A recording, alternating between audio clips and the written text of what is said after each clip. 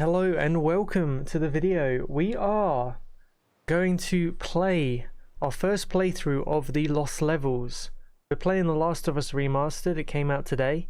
And we're going to go through, there's 3 Lost Levels. So we're just going to see what they are. Should be pretty nice. So let's see.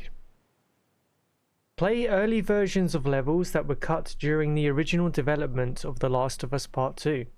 These levels are presented in an unfinished pre-alpha state and have an optional developer commentary. The first one is Jackson Party. Ellie nervously attends a party in Jackson. This level is presented in an unfinished... Yeah, okay. Should we have the developer commentary and introduction video? I think so.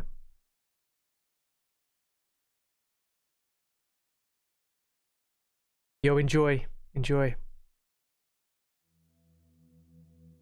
You're about to play an unfinished level from The Last of Us Part 2.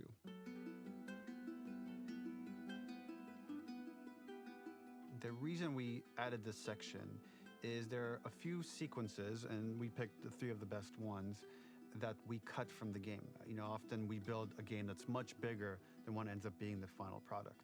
They were months away from being finished, but we wanted to give you an insight of what it's like when we built the game, because often we have this whole thing constructed and it doesn't have final art or audio or dialogue. And here you get to see the building blocks of what it's like when we first string a bunch of these levels together. This is the intro to the first deleted level, and this one is the roughest of the 3. We wanted to show more of how Jackson operates. So this is the festival where Ellie ultimately kisses Dina. This sequence would have come very late in the game as a flashback sequence while you're in the farm with Dina. And we wanted to show what is the rest of Jackson doing, and wanted to put on the stick, make it interactive. So you could see when you're outside, there are all these almost like carnival games that you can play. You could mix drinks, you could play with these kids that are playing a sort of clicker Marco Polo, sit down and listen to conversations. And all the different interactions were first or second pass, very, very early passes. The building blocks are there, but nothing is final. And ultimately, while we were very excited by this sequence, it's pretty fun and lighthearted. It just slowed things too much as we're barreling towards the end of the story at this point. So again, reminder, rough, missing audio, missing animation, missing gameplay tweaks, missing dialogue, but pretty representative of what it would have been. So enjoy. Okay.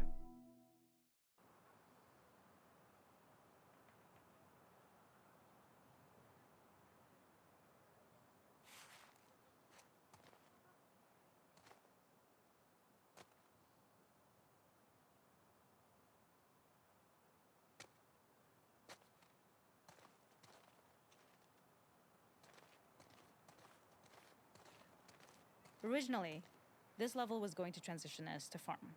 We would go all the way through to the dance, where Ellie and Dina share their first kiss. Then we would play through farm, and when Ellie plays the guitar at night, she would remember the Seth incident. So, the opening for this was a little tricky. We needed it to match at least a little what you might expect emotionally coming from prior beats, because we were already purposefully disorienting you in time and space. Remember, you just came from this huge fight. To jump straight into it would have been a little too jarring. After some back and forth, we rooted it in Ellie's nerves, calling back to her hands shaking in the theater. But this time, for a much more innocuous reason we'll find out later. She's nervous because she has a crush on Dina, who is the only reason why she's here at the dance. Okay. I take it this is also just a repeat of what we've just heard. Yeah. This level was going to transition us to farm. Bye-bye. We would go all the way through to the dance, where Ellie and Dina share their first kiss. Then we would play through farm, and when Ellie plays the guitar at night, she would remember the Seth incident. So, something we really wanted to do was highlight the way their lives had turned upside down since she went down this path. We had this idea of recontextualizing all of our usual gameplay mechanics that were designed for really violent ends. The workbench, door bashes, throwable weapons, and even the infected, which is my personal favorite. Peppered throughout the level are moments of levity or shared history, all the while seeing how happy and mundane they all were before her huge revenge odyssey.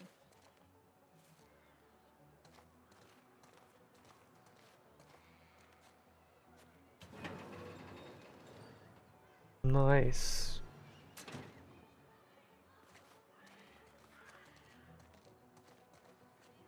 Okay, let's begin with this one. It is not a festival without one of these throwing games. This one, of course, uses our throwable system where you're often chucking explosive things or stunning things, but for a more wholesome purpose, although some people take this game really seriously. A fun aspect of this is if you did well, you could win a toy here. Ellie would place it in her pocket. If you had done this, you'd find the toy with JJ, the baby, later back at the farm. When we cut this, the toy made it through anyway because it was so cute. It is the same one you see on the tractor at the farm. Ollie the elephant. Ollie the elephant. Nice.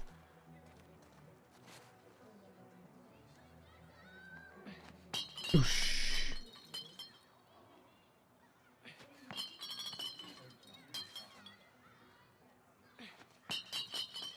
Nice. We did it, chat. We did it. This is one of my favorite sections because I think that it achieves both the slice of life aspect of Jackson while also being a stark reminder of how dark the world that they live in really is. Look at that To kid. attract attention and curiosity, one of the kids was supposed to make this adorable, messed up little Nice. impression, and the others would giggle. We tried a version where if you got close enough, the kid might try and follow you before turning back. Since click That to is one so and good. by echolocation, for this game of messed up tag, Wow. Ellie must close her eyes and listen for when the children give themselves away. The thought was that these kids are in relative safety. They still grow up with the dangers of clickers and runners, and all those lessons would embed themselves in the games that they play. When the festival got cut, they tried to preserve this moment and move it to the front of the game where the snowball fight is, as a tutorial. However, being in the headspace of a clicker doesn't really teach you how to deal with them. Eventually, it evolved, and they instead made the snowball fight, which was, I think, way more effective. For me, it's character illuminating that not only does Ellie know this game, she plays along. There's a familiarity with the kids that's really nice to see, especially because it's such a difference from the Ellie we see later, who has a sort of hollow normalcy that she's trying to get with JJ, but kind of fails.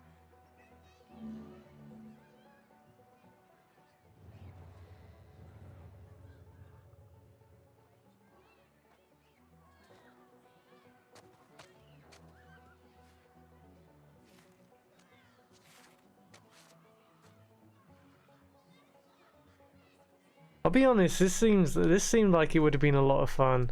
It doesn't really fit the tone of The Last of Us, obviously, but like, I mean,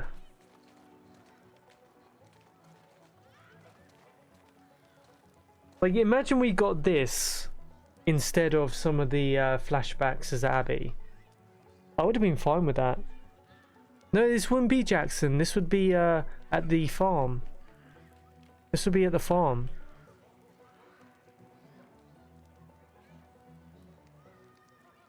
And it looks like all you would do is pretty much go towards Maria.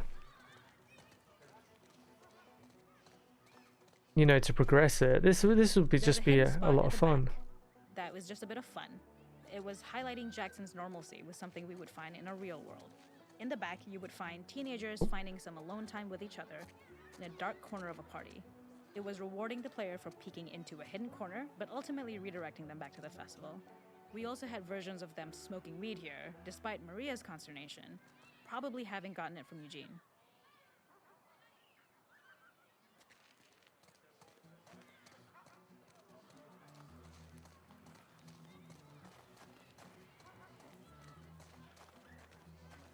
Oh.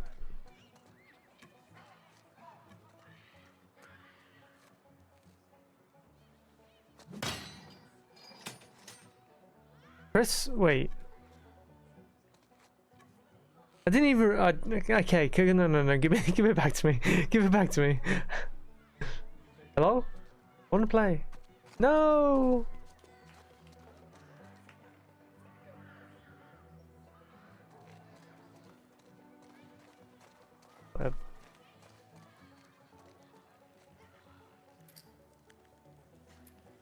Bourbon.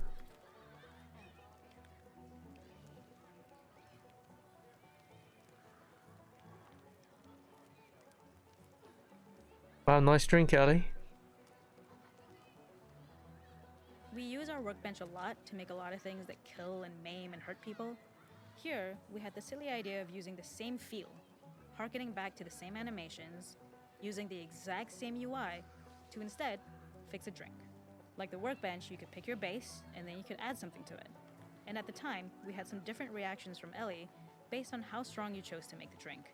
Something we wanted to prototype though, before it got cut, was picking up some ingredients around to add, like a lime or maybe a bottle of someone's favorite whiskey or salt, like you were earning upgrades. We also toyed with having Ellie carry around the drink you made and occasionally sip it, psyching herself up to go talk to Dina inside because she's nervous. It got too noodly though, because she would need to keep placing it somewhere before she did anything, so it would have ended up more trouble than it was worth.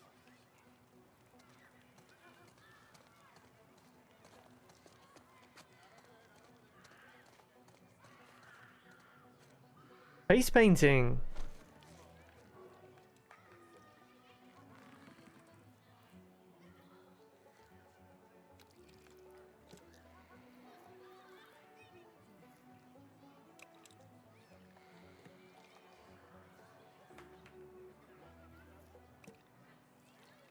Oh, you look great, Ellie. Such a difference.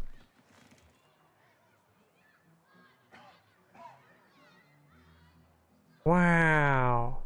The makeup artist is pretty simple. It's one of those little in-game scenes we peppered in to make it feel like Ellie had roots in the town. Hallie, our writer, mentioned that in her mind, an ex-girlfriend of Ellie's tattooed her arm to cover up her scar. So we figured this might be the only time you get to see that. We wanted to hint at it and allude to it and make it feel like there had been so much more that had been happening and so much more that Ellie threw away. Okay. Interesting. Okay, so that's all the optional dialogue.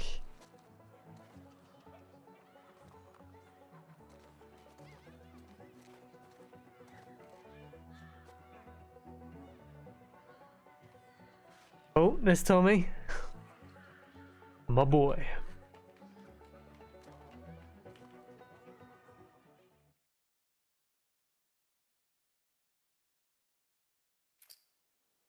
I mean, that would have been really cool. You know, like I say, if we would have got something. I mean, I do understand why they cut it. Obviously, I think that was a good choice all in all. But, yeah, I feel like it would have been a bit. It would have been cool to see. It would have been cool to see, you know. Okay, so the second one is Seattle sewers. Ellie is swept into the Seattle sewer system. Let's go.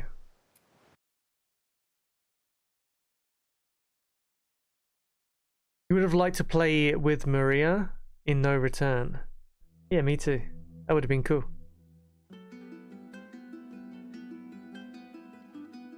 In this second deleted level, which is an extended sequence of the sewers in Seattle, this comes on the heels of where Ellie goes into a building and she survives an attack by stalkers and gets thrown out of the window and gets swept away by the current. And then we cut this section that used to be there in the final game. Now you will get to play it. So this was a way to get a bit more interesting puzzles, interesting traversal, figure out how Ellie can navigate the sewers with the fighting current. Ultimately, with a lot of these levels and these sequences, the reason why we cut them more for pacing purposes. But here it is for you in this very kind of raw form that part of it will feel finished, parts of it will feel like assets are missing as far as audio, animation won't be final, but it's a glimpse into what a game looks like when it's months away from finishing. Enjoy.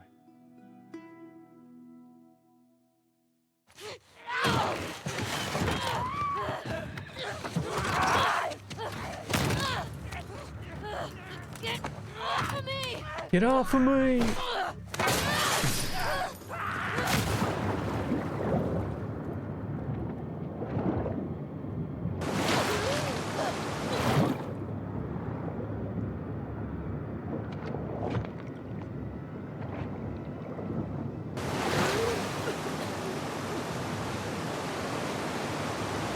And into the sewers we go.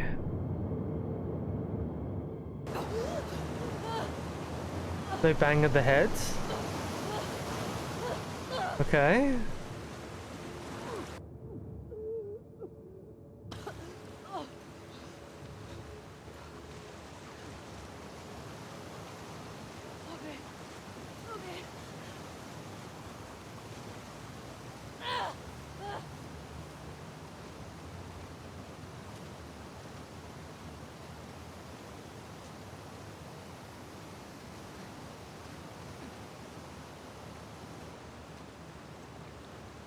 Interesting.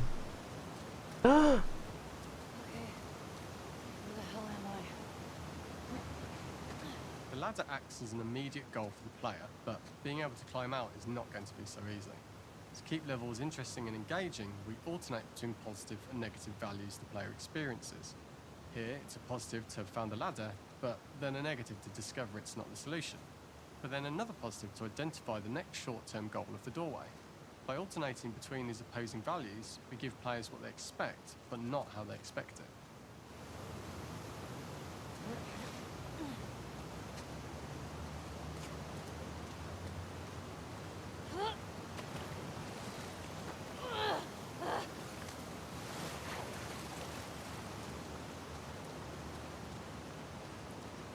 This level, internally known as Fine Nora, was quite long in duration as we had to make Ellie traverse a far distance to the opposite side of downtown Seattle. Fine The Nora. sewer section was originally longer than what we released the game with, approximately 10 minutes more. This was one of the few areas of the game that used water flow as part of a traversal puzzle. The player has to go upstream to use the current to get to the platform to reach the other side. We mostly cut this mechanic game wide, however it remained in essence in the section swimming to the aquarium as Ellie when you were avoiding the waves. Okay. That's interesting. Nice. Oh, okay, okay. This is cool, this is cool. Right, so probably have to run, jump, and yep. Make our way over to Naughty Dog Yellow. Go up here. Make our way around here. Yep. When players reach the doorway and enter into the room, they're faced with a dead end. The real reason for this dead end room is that on the reversal, when exiting back out of the doorway, players are faced with the route onwards. A pipe that they'd not been able to see when they were swept past it on the way in, and something that was hidden from view when on the side platforms. The intention here being that the only option is to go off the standard path in order to search for a way out. Are you like literally spoiling where we need to go? Right. Yeah, see, look, they've got that to kind of like show you that's the way to go. You know, that's a very smart way of like being like, oh, basically gets your attention. Yeah, this is you know, I mean, Neil Druckmann said this, right? This is a lot more of a polished level. We got loot. We got a lot of stuff. Get me the hell out of here.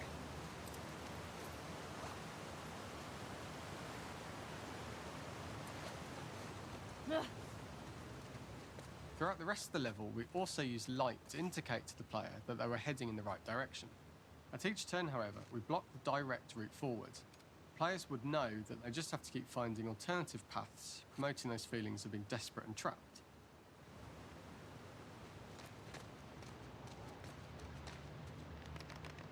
We slowly introduce the player to consider climbing into smaller pipes and crouching in these tight spaces. This is to slowly build up to, and encourage, the player to climb into such small pipes that they'd have to be crawling on their stomach, which is something that the player previously may not have recognised as a playable space, let alone the desired route they need to take. Up and out. Just keep going up and out. We added a tiny space just to reward the player's exploration with a pickup item, and we made sure it was something that made sense that you'd find in this area. A canister and all the garbage that had been washed into the sewers from the surface.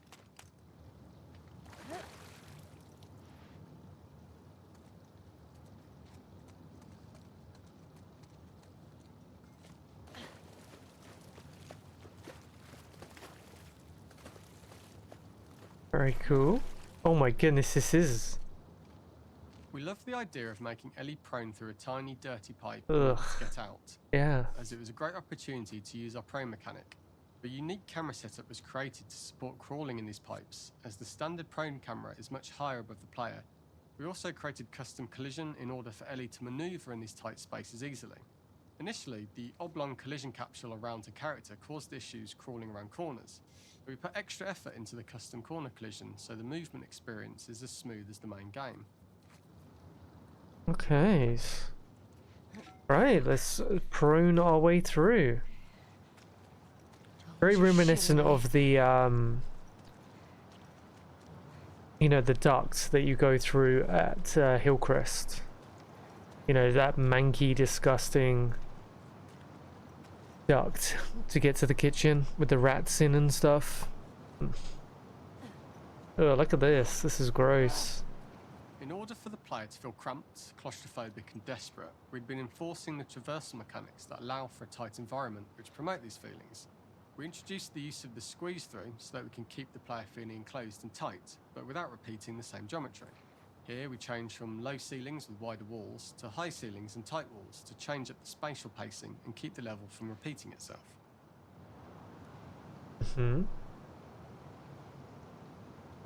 Interesting.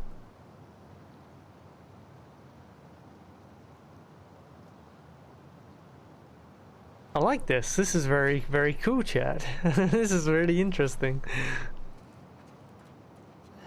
Oop.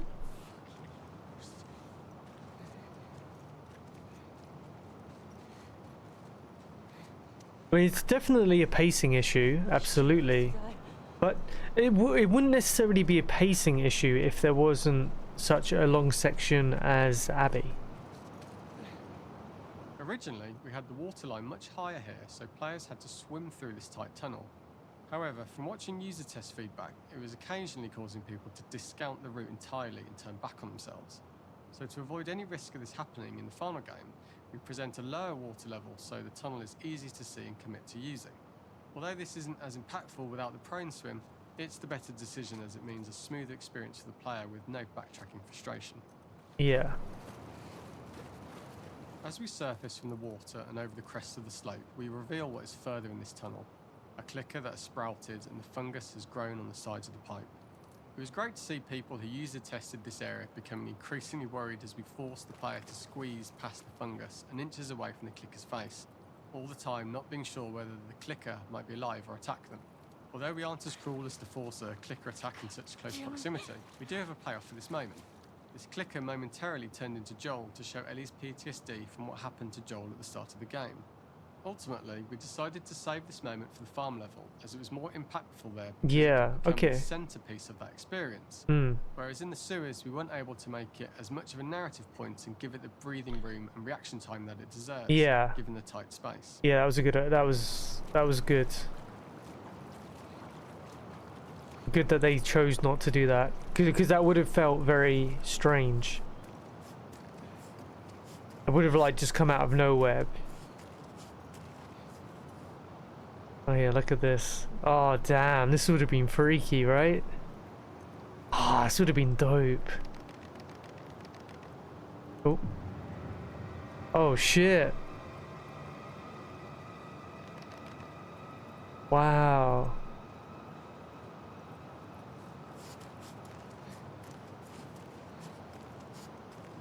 Oh shit!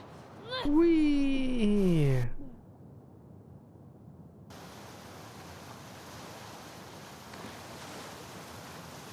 Oh, here we go. And here we are. This is it. This is what we got. For the final section, we eventually opened you out into a wider area as you traverse through such tight spaces leading up to this. So changing the environmental pacing makes it begin to feel like we're coming to the end of Ellie's ordeal. An earlier iteration used the current that we'd shown at the start for a slightly tougher traversal puzzle to conclude the sewers. The ladder was clearly visible from most of the area, but the player was faced with a fast-flowing torrent of water they couldn't cross. If the player attempted to jump into the water, they were not able to swim across the ladder due to the water's speed. But instead, they had to traverse the pipe running along the top of the space in order to get across the water.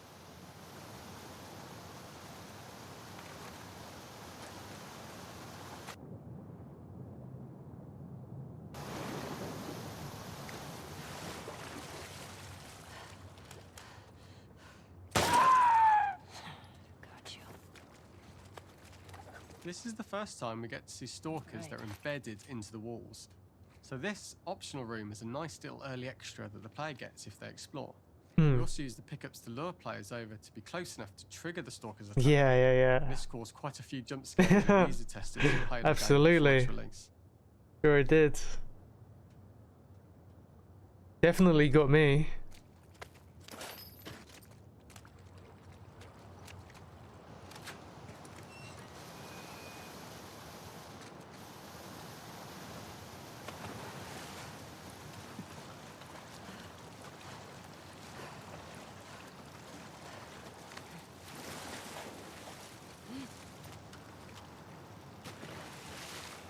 No, there's no dialogue there.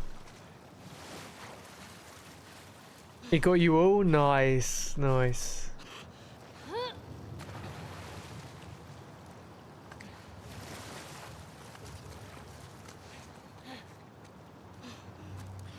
Okay, up we go. Using this pipe was retained in the iteration we shipped with, as it's the last of the extreme methods Ellie has to undergo in order to escape the sewers, and what she will go through in her pursuit of revenge.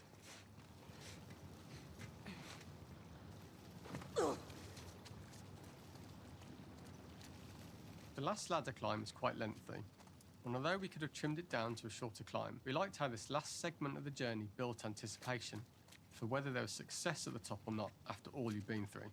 Ultimately, the ladder exits out into the subway station, which is how it connects in the final game. Ellie then has to find her way to the hospital from here, crossing paths with the scars for the first time. I mean, this is very reminiscent of the sewer section, well, the underground, the section in The Last of Us Part 1 at the end, you know, before you go to before you reach the hospital.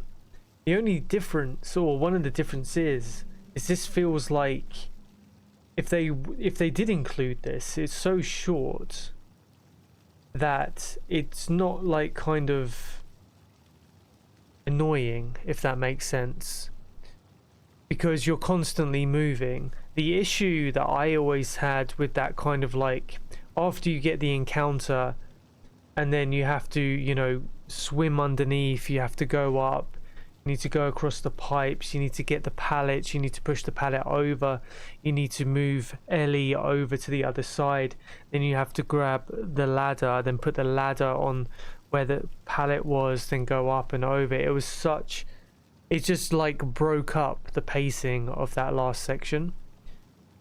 Whereas that just felt like it would flow. So if they did keep that, you know, obviously on replay you wouldn't have to worry, it's just very straightforward. But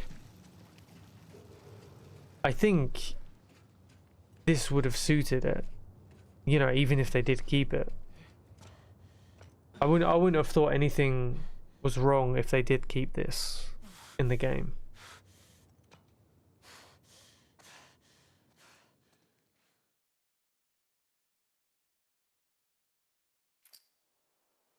Okay, we've got one more chat. It's called The Hunt. Ellie follows a trail of blood to an abandoned general store.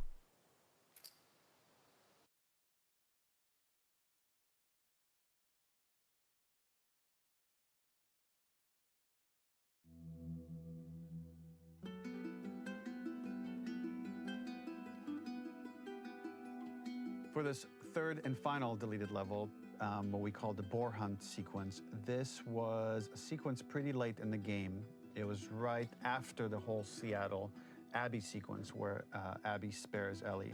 And then we wanted to come back into Ellie's story, but keep it a bit mysterious of how much time has passed, where is Ellie now? So we're coming in on Ellie and she's following a trail of blood. And we wanted to mirror in a way the deer hunt sequence from the first game, but this time do it with a boar. And there's something with Ellie that now she can't let go of this violence. She's pursuing it, even against this innocent animal.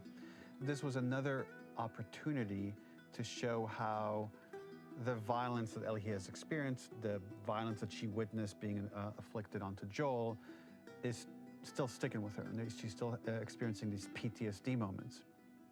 This was a sequence that was pretty far along and was cut pretty late in production.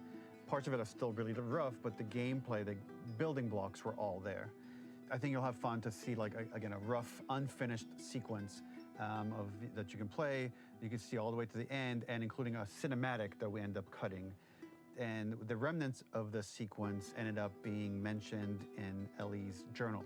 So this part of the story that we developed still made its way into the game as kind of optional stuff that you could read about, but here you get to experience it. So as a reminder, this is pretty rough, months away from being finished, but you get to see it now.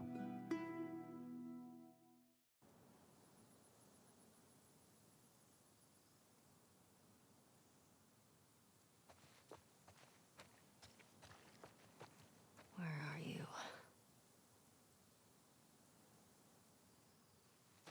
So the boar hunt was one of the hardest levels for me to work on. It was a huge challenge with the systems that we had, and we kept trying, but it never felt quite right. Originally, the level happened after the Jackson Festival, which also got cut, but before Farm. Once the festival got cut, it became the prologue to Farm. The intended experience is that we jump forward in time after the fight with Abby in the theater. We don't know where Dina is. We likely assume she's dead because she was just bleeding out. Ellie is alone. Her hair is short. So maybe this is the future or the present. And she's hunting. Hunting who? Abby still? I mean, there's a lot of blood for Abby. Yeah, I mean, they definitely put a lot of effort into this. You know, you can see that. Very, very cool. No, that's just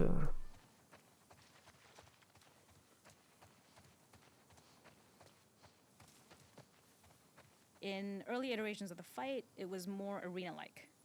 The player slowly whittles down the boar's health. Ellie gets more visceral and more vicious. We get a little worried about her. As the boar gets weaker, more panicked, more feral, and we start feeling sympathetic to the boar was the hope.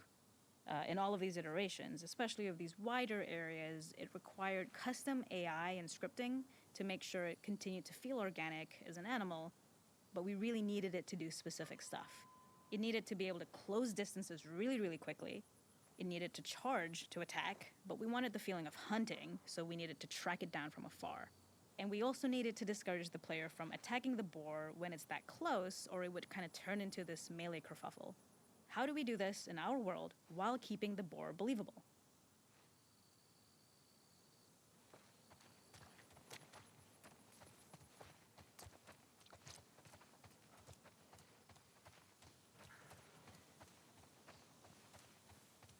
Gotcha. like, chat, just imagine.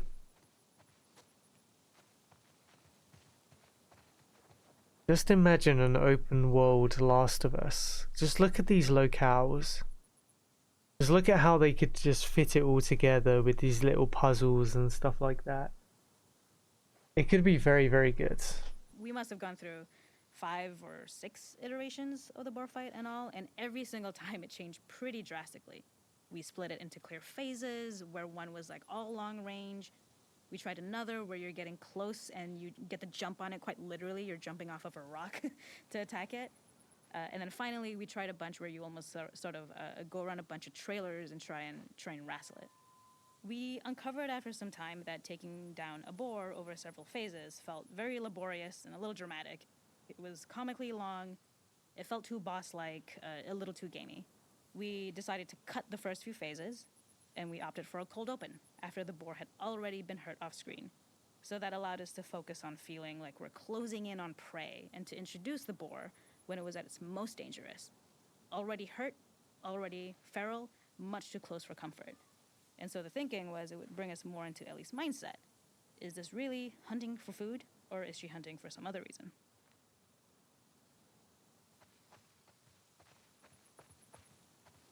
It would also kind of make this game, yeah, but good. I don't think that's necessarily a bad thing.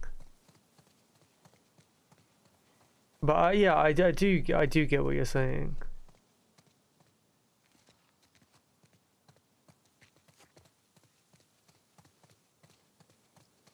How the hell do I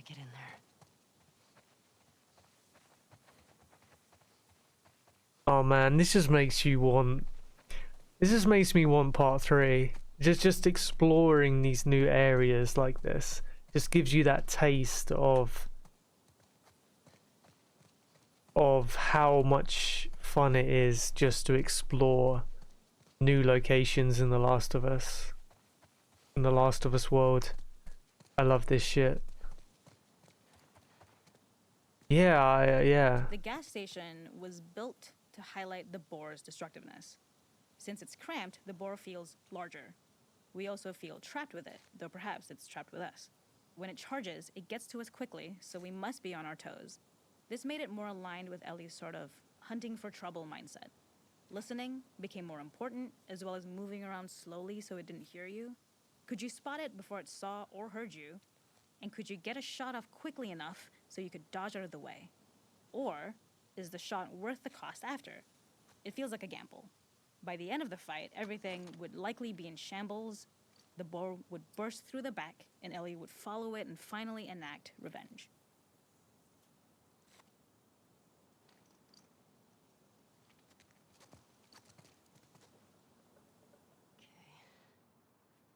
I can't see shit.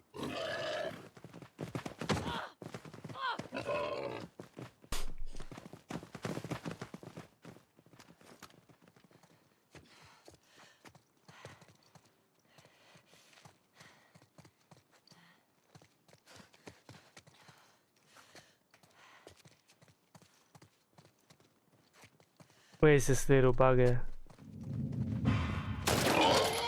Got you.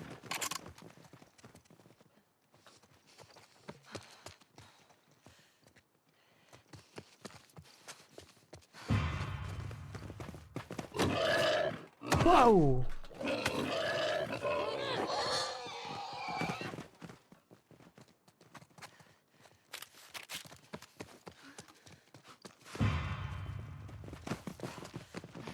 Oh my goodness, this thing's a beast! Whoa! Dude! Shoot! Look at him! Oh my goodness.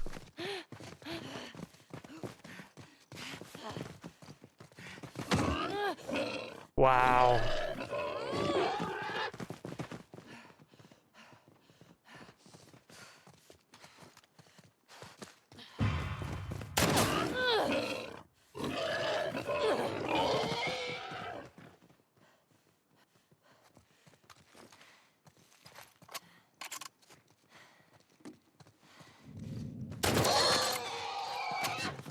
Get fucked.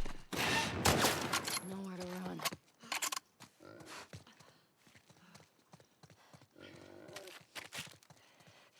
The boar kill was supposed to be anything but glorious. With the boar whimpering at the back of the gas station after Ellie's relentless hunt. After this, hearing the drone that we kind of come to associate with Ellie's trauma, we would hard cut to the stream where she's washing her hands and holding rabbits that she hunted, about to return to Dina. And there would be no mention of the boar.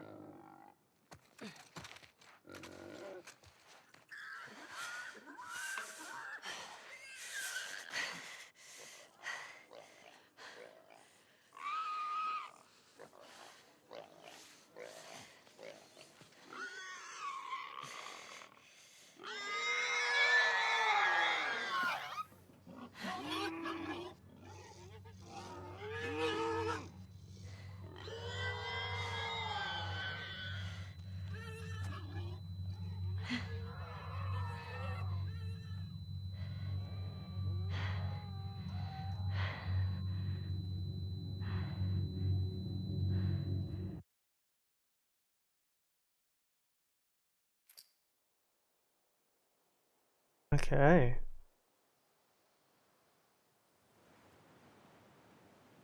Yo, very interesting. Very, very interesting. I like it. I like it a lot. Yeah, I'm glad they put those in. Glad they put those in.